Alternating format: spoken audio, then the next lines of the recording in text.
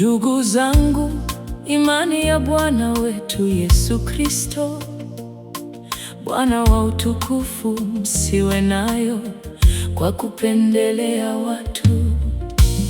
Maana akiingia katika sinagogi lenu mtu mwenye pete ya dhahabu na mavazi mazuri, kisha akiingia na maskini mwenye mavazi mabovu, nanyi mkimstahi yule aliyevaa mavazi mazuri na kumwambia, keti wewe hapa mahali pazuri, na kumwambia yule maskini, simama wewe pale, au keti miguuni pangu, je, hamkufanya hitilafu mioyoni mwenu, mkawa waamuzi wenye mawazo mabovu? Ndugu zangu wapenzi, sikilizeni. Je, Mungu hakuwachagua maskini wa dunia wawe matajiri wa imani na warithi wa ufalme aliowahidia wampendao? Bali ninyi mmemvunjia heshima maskini. Je, matajiri hawaonei ninyi na kuwavuta mbele ya viti vya hukumu? Hawalitukani jina lile zuri mliloitwa? Lakini mkiitimiza ile sheria ya kifalme, kama ilivyoandikwa, mpende jirani yako kama nafsi yako, mwatenda vema. Bali mkiwapendelea watu, mwafanya dhambi na kuhukumiwa na sheria kuwa wakosaji.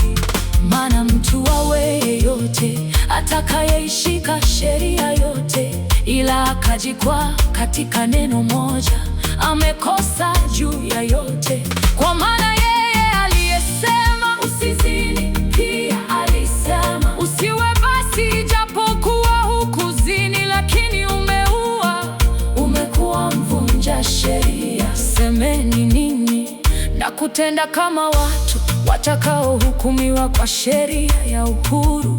Maana hukumu haina huruma kwake yeye asiona huruma.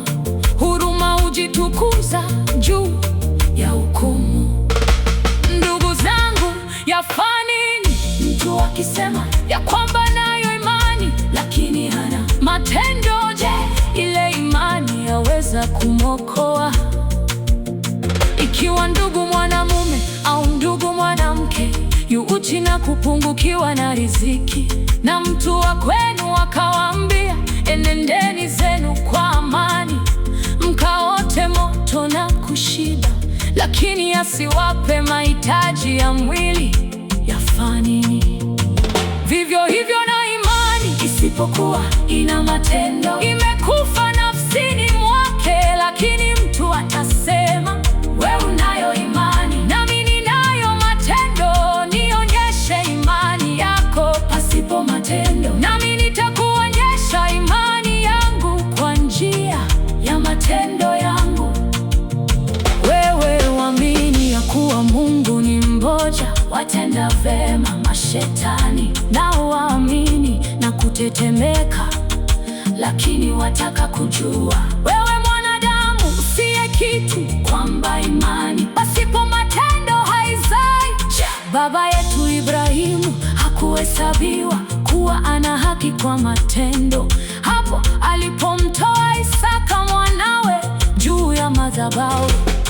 Waona kwamba imani ilitenda kazi pamoja na matendo yake, na ya kwamba imani ile ilikamilishwa kwa njia ya matendo yale. Maandiko yale yakatimizwa yaliyonena, Ibrahimu alimwamini Mungu, ikahesabiwa kwake kuwa ni haki, naye aliitwa rafiki wa Mungu.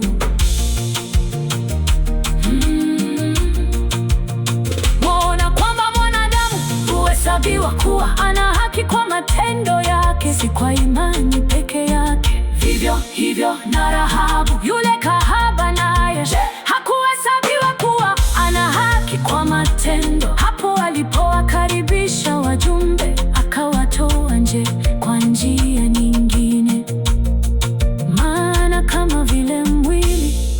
pasipo roho umekufa.